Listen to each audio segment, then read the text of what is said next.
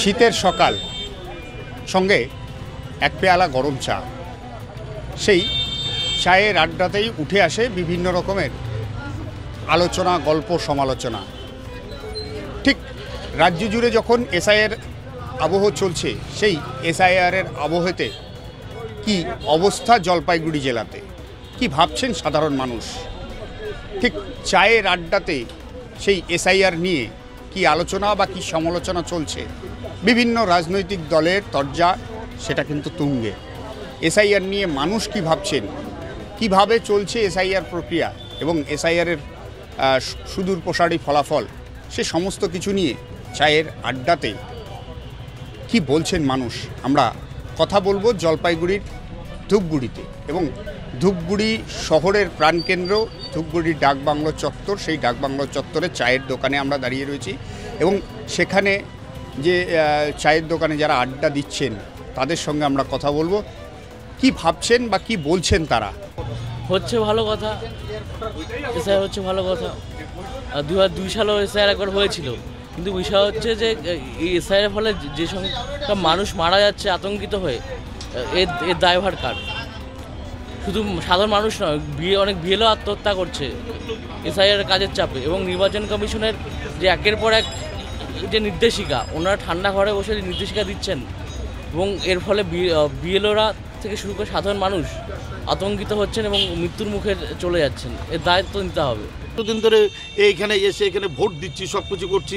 আমার ভোটে বিভিন্ন জায়গায় রাজ্য, কেন্দ্র, বিভিন্ন জায়গার ভোট, সেই ভোটগুলো আমি দিয়েছি। সেই ভোটে প্রত্যেকে জয়যুক্ত হয়েছে। তাহলে আমরা যদি তখন সাধারণ মানুষের কথা কিন্তু বলছি, সাধারণ মানুষের আমাদের যেটা ভাবনা সেটা হচ্ছে, তাহলে তখন তাদের ভোটে সব কিছু সিলেক্টেড হয়ে গেল, ভোট হয়ে গেল সব কিছু। এখন তাদের নিয়ে সন্ত্রস্ত মানুষ, তারাই সন্ত্রস্ত, ভয় পাচ্ছে। এবং ভয় পাওয়ার পেছনে এবার কি হচ্ছে, যে দেখা যাবে যে একটা রিলেশনশিপ করছে। এসআইআর ফর্মে 3টা পার্ট আছে, প্রথম পার্ট, দ্বিতীয়, তৃতীয়, সেটা আপনারাও জানেন।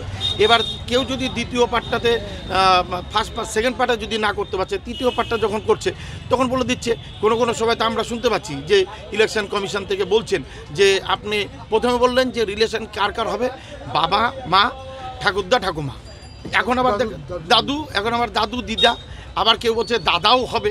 ঠিক আছে, এই যে মানুষের ভেতরে এটা একটা আতঙ্ক হয়ে গেছে। ওর জন্য যে ব্যাপারে ভাবছে যে আমি যদি পরের কলামটা না পূর্ণ করতে পারি তাহলে হয়তো আমাকে এসআর থেকে বের করে দেবে।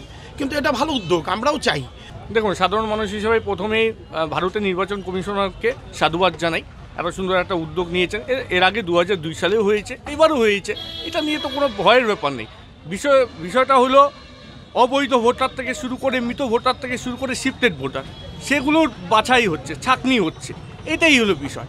যারা অবৈধ ভোটার, যারা এই দেশে ঢুকেছে, তারা ওপর বাংলার থেকে এসেছে, তারা চলে যাবে। সুন্দর প্রক্রিয়া। নির্বাচন কমিশন যে এই যে এসআইআরের যে খুব সুন্দর প্রক্রিয়া চলছে, যেমন আমাদের এই পশ্চিমবঙ্গটা হচ্ছে আশেপাশে 3-4টা কান্ট্রির সঙ্গে সীমান্তবর্তী এলাকা দিয়ে লাগোয়া।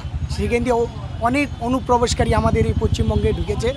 আপনারা দেখতে পাচ্ছেন, আজকে সকালে নিউজে দেখলাম, এখন পর্যন্ত এই যে 2002-এ আমাদের এসআইআরটা শুরু হয়েছিল, ওই সময় থেকে এখন পর্যন্ত 2208টি বুথে এই গত 23 বছরের মধ্যে কোনো মৃত ভোটার খুঁজে পাওয়া যায় না। আজকে নিউজে দেখলাম আমি। এই যে এসআইআর মাধ্যমে এখন যেমন চলছে, এই এসআইআরটা শুরু করাতে এই ভুয়ো ভোটার, বাইরে অনুপ্রবেশকারীদের, এই রোহিঙ্গাদের, এগুলো সব ছাঁটাই হয়ে যাবে।